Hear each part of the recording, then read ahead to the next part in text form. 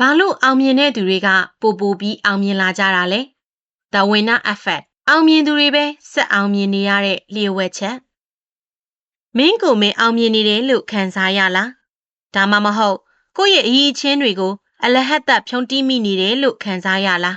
ဘလို့ပဲဖြစ်ဖြစ် Winner Effect လို့ခေါ်တဲ့အောင်နိုင်သူတွေရဲ့အကျိုးသက်ရောက်မှုနောက်ွယ်ကသိပ္ပံပညာကတော့တကယ်ကိုစိတ်ဝင်စားဖို့ကောင်းတယ်လို့ကြောက်ဖို့လည်းကောင်းပါတယ်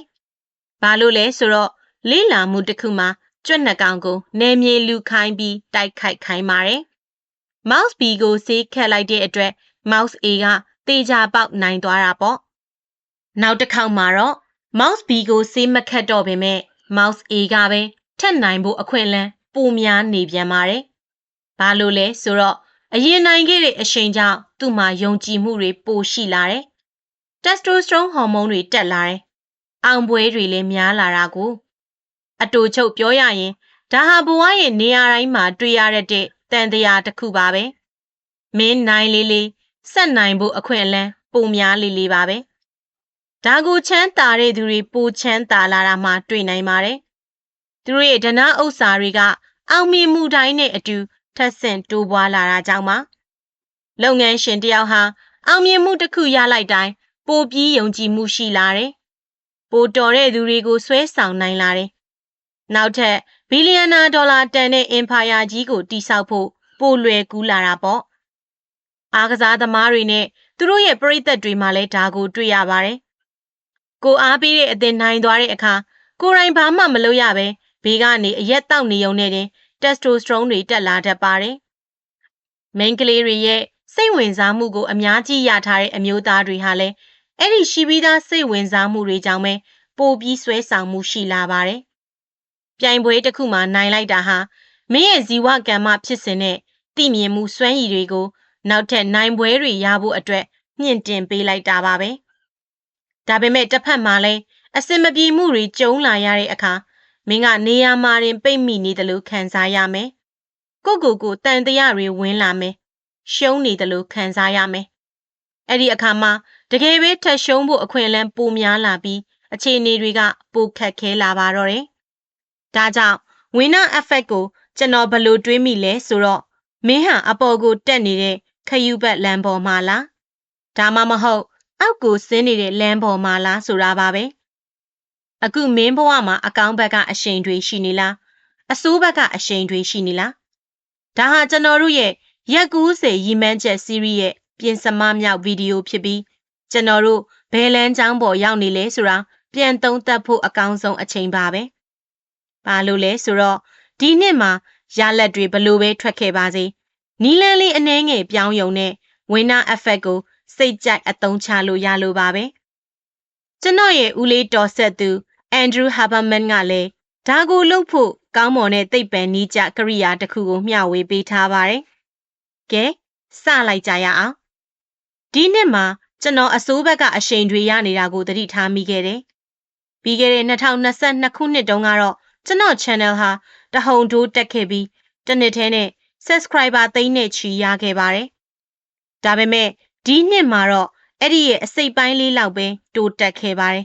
။ဒေဝါလီခံရလူနီးပါးဖြစ်ခဲ့သလိုအဖွဲ့သားတွေအားလုံးနဲ့လည်းလမ်းခွဲခဲ့ရပါတယ်။တစ်ဖက်မှာလည်းတခြား creator တွေကတော့အစမတန်တိုးတက်နေတယ်လို့ခံစားရတာပေါ့။ကျွန်တော်ဘဝရဲ့အချိန်ကာလအမျိုးမျိုးမှာရရှိခဲ့တဲ့ရလဒ်တွေနဲ့အောင်နိုင်သူလို့ခံစားရမှုတွေဟာဆက်လက်အောင်မြင်မှုဘလို့တက်ရောက်မှုရှိခဲ့လဲဆိုတာတွေ့နိုင်ပါတယ်။အခုစိတ်လှုပ်ရှားဖို့ကောင်းတဲ့အချက်ကတော့မင်းမှာအရင်ကနိုင်ပွဲတွေမရှိခဲ့ရင်တောင် Winner Effect ဆိုတာရှုမြင်မှုအပေါ်မှာပဲမူတည်တာပါ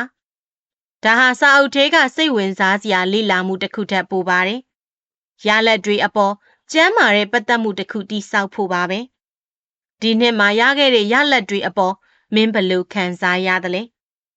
ကျွန်တော်ဒီလိုအစိုးတန်တရားတွေရောက်နေတဲ့အခါအရင်ကရခဲ့တဲ့အောင်မြင်မှုတွေကိုမေ့သွားတဲ့တာသတိထားမိတယ်အဲ့ဒီအခါမှာအရင်ကအောင်ပွဲတွေကိုပြန်သတိရလိုက်တာကတကယ်ပဲအထောက်အကူဖြစ်စေပါတယ်အဲ့ဒီအောင်မြင်မှုတွေထဲမှာနစ်မျောနေလိုက်ပါလူတွေကဒါကကိစ္စကြီးမှမဟုတ်တာ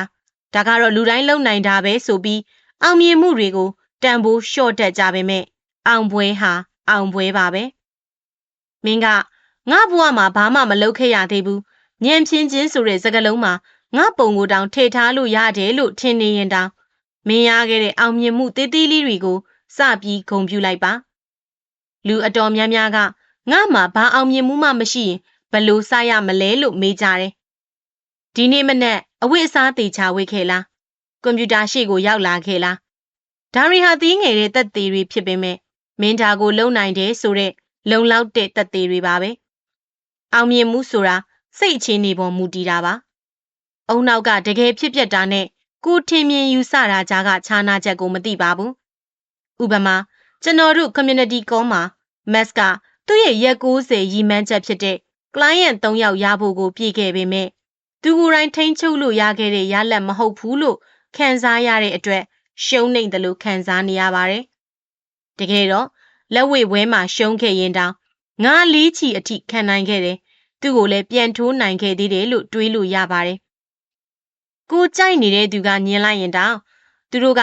ငါနဲ့မတန်ဘူးလို့ထင်လို့နေမှာပါဆိုပြီးတွေးလို့ရတာပဲ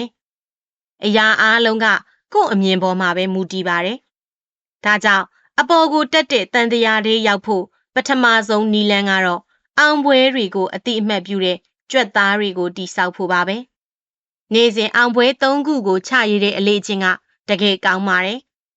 ဒါကိုထက်ခါတလဲလဲလုပ်ပြီးရင်အုံနောက်မှာအလိုအလျောက်ဖြစ်သွားမဲ့အာယုံကြောဆက်သွယ်မှုတွေဖြစ်လာပါလိမ့်မယ်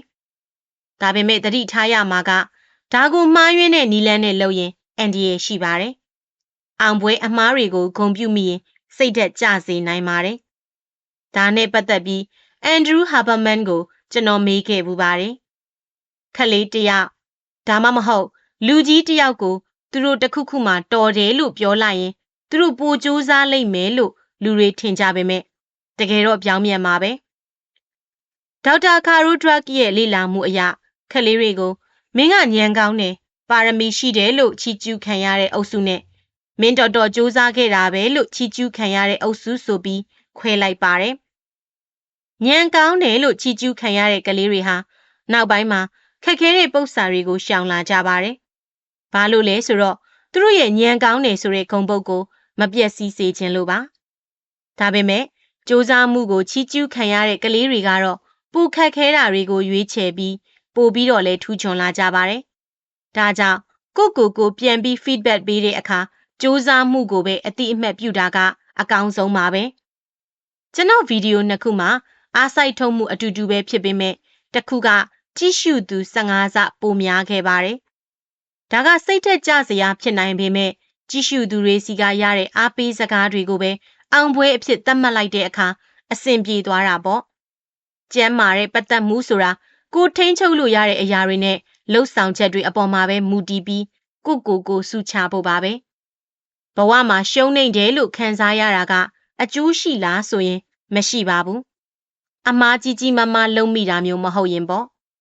အဲ့ဒီအစားငါနိုင်သွားတယ်ဒါမှမဟုတ်ငါသင်ခန်းစာရလိုက်တယ်ဆိုပြီးပဲတွေးပါအောင်မြင်မှုရဲ့ခံစားချက်ကိုစက်ထိန်ထားဖို့ကအရေးအကြီးဆုံးပါပဲနောက်ထပ်စိတ်ဝင်စားစရာအချက်တစ်ခုကတော့မင်းမွေးတွေလာကအားကစားမှာထူးချွန်ဖို့အတွက်အရေးကြီးတဲ့အခန်းကဏ္ဍကနေပါဝင်နေတာပါဥပမာဘောလုံးသမားအတော်များများကနှစ်စပိုင်းမှာမွေးကြတာများပါတယ်ဘာလို့လဲဆိုတော့အသက်အရွယ်ကန့်သက်ချက်အရ6လကနေ12လလောက်ပိုကြီးတဲ့ကလေးတွေဟာပိုတန်ပါတယ်ပိုထွားကြတယ်ဒါကြောင့်သူတို့ဟာအစောပိုင်းမှာနိုင်ပွဲတွေပိုရကြပြီးအဲ့ဒီကနေ winner effect အရှိန်နဲ့ပညာရှင်တွေဖြစ်လာကြတာပါဒါကြောင့်တခုခုကိုမြန်မြန်သင်ယူခြင်းရင်အစောပိုင်းမှာအောင်ပွဲအသေးလေးတွေရအောင်လုပ်ဖို့လိုပါတယ်ဒါကဒိုပါမင်းနဲ့တက်စတိုစထရုန်းတွေကိုတက်စေပြီးဆက်ပြီးလေ့ကျင့်ဖို့စိတ်အားထက်သန်စေပါတယ်မစ္စတာဘီတ်ဆိုရင်လည်းသူ့ရဲ့ပထမဆုံးဗီဒီယိုက viral ဖြစ်ခဲ့လို့သာအခုလိုအောင်မြင်တဲ့အထိဆက်လုပ်နိုင်ခဲ့တာပါဒါကြောင့်ပန်းထိုင်ကြီးတွေကိုစိတ်မပူပါနဲ့အောင်ပွဲအသေးလေးတွေကနေပဲစတင်ပါနောက်ထပ်အရေးကြီးတာကကိုယ်ဂရီကိုတီးဖို့ပါပဲဒီနေ့အလုပ်5ခုလုပ်မယ်လို့ပြောပြီး3ခုပဲလုပ်ဖြစ်ရင်ကိုယုံကြည်မှုလျော့နည်းလာပါလိမ့်မယ်ကိုယ်စကားကိုတီးတာဟာအရေးကြီးဆုံးဆက်ဆံရေးပါပဲကိုယုံကြည်မှုပြန်ရဖို့အတွက်ခက်ခဲတဲ့စိန်ခေါ်မှုတွေကိုလုပ်ကြည့်ပါနောက်ဆုံးတစ်ချက်ကတော့ visualization လို့ခေါ်တဲ့ စိတ်ကူးပုံဖော်ခြင်းပါပဲ။ဒါကိုအိုလံပစ်အားကစားသမားတွေနဲ့ Navy SEALs တွေတောင်သုံးကြပါတယ်။ကျွန်တော်အသက်20တုန်းကဩစတြေးလျကနေပြန်ထွက်ခဲ့ရပေမဲ့ပြန်သွားနိုင်မှုနေ့တိုင်းစိတ်ကူးပုံဖော်ခဲ့ပါတယ်။အဲ့ဒီစိတ်ကူးတွေကဘလောက်ပြင်းထန်လဲဆိုရင်အိမ်မက်ထဲမှာတောင်ပြန်ရောက်နေလို့ဝမ်းသာမျက်ရည်ကျပြီးနိုးလာတဲ့အထိပါပဲ။အုံနောက်ကတကယ်နဲ့အိမ်မက်ကိုမခွဲခြားနိုင်တာကြောင့်ဒီလိုယုံကြည်မှုတွေကနေတဆင့်အခွင့်အလမ်းသစ်တွေကိုမြင်လာရတာပါ။ဒါဟာစိတ်ကူးရင်သားတသက်မဟုတ်ဘဲမရှိသေးတဲ့ယုံကြည်မှုကိုတိဆောက်ယူတာဖြစ်ပြီးအဲ့ဒီကနေရလက်ကောင်းတွေထွက်ပေါ်လာစေတာပါ။မင်းရဲ့အနာဂတ်အောင်ပွဲတွေကိုအခုကတည်းကစိတ်ကူးပုံဖော်ပြီးဂုဏ်ပြုကြည့်မယ်ဆိုရင်မင်းရဲ့လှုပ်ဆောင်ချက်တွေကအရင်နဲ့မတူပဲပြောင်းလဲသွားပါလိမ့်မယ်။ဒီဗီဒီယိုရဲ့အဓိကဆိုလိုရင်းကတော့အောင်မြင်မှုဆိုတာကံတရားထက်သိပ္ပံနည်းကျဖန်တီးယူလို့ရတဲ့အရှိန်အဟုန် momentum တစ်ခုဖြစ်တယ်ဆိုတာပါပဲ။ပထမဦးဆုံးအချက်အနေနဲ့ winner effect ရဲ့သဘောတရားကိုနားလည်ဖို့လိုပါတယ်။နိုင်ပွဲအသေးလေးတွေကနေရလာတဲ့ယုံကြည်မှုကအုံနောက်ရဲ့ဖွဲ့စည်းပုံကိုပြောင်းလဲစေပြီးနောက်ထပ်နိုင်ပွဲတွေရဖို့လမ်းစခင်းပေးတာပါ။ဒုတိယအချက်ကတော့ရလက်ထက်လှုပ်ဆောင်ချက် process ကိုပိုတန်ဖိုးထားဖို့ဖြစ်ပါတယ်။ကိုထိန်ချုပ်လို့မရတဲ့ကိန်းဂဏန်းတွေထက်ကိုယ်တိုင်အားစိုက်ထုတ်ခဲ့တဲ့စူးစမ်းမှုကိုပဲအတိအမှတ်ပြုခြင်းကရေရှည်မှာပိုပြီးခံနိုင်ရည်ရှိစေပါတယ်။တတိယအချက်ကတော့ကိုယုံကြည်မှု self trust ပါပဲ။ကိုပေးထားတဲ့ကတိကိုတီအောင်လုပ်ခြင်းကစိတ်သက်ခိုင်မာမှုအတွက်အခြေခံအုတ်မြစ်ဖြစ်ပါတယ်။နောက်ဆုံးအနေနဲ့စိတ်ကူးပုံဖော်ခြင်း visualization ဟာလက်တွေ့မှာမဖြစ်လာသေးတဲ့အောင်မြင်မှုကိုအုံနောက်ကကြိုတင်ခံစားရစေပြီးအခွင့်အလမ်းသစ်တွေကိုရှာဖွေနိုင်စွမ်းမြင့်တင်ပေးတယ်ဆိုတဲ့အချက်ဟာအလွန်ကိုလေးနက်လှပါတယ်။အတူချုပ်ပြောရရင်အောင်မြင်မှုဆိုတာပြင်ပအခြေအနေထက်ကိုယ့်ရဲ့အတွင်းစိတ်နဲ့ရှုမြင်ပုံကိုအရင်ဆုံးပြုပြင်ပြောင်းလဲယူရတဲ့အရာဖြစ်ပါတယ်။ကြည့်ရှုပေးလို့ကျေးဇူးတင်ပါတယ်ရှင်။နောက်ဗီဒီယိုမှာပြန်တွေ့ကြမယ်နော်။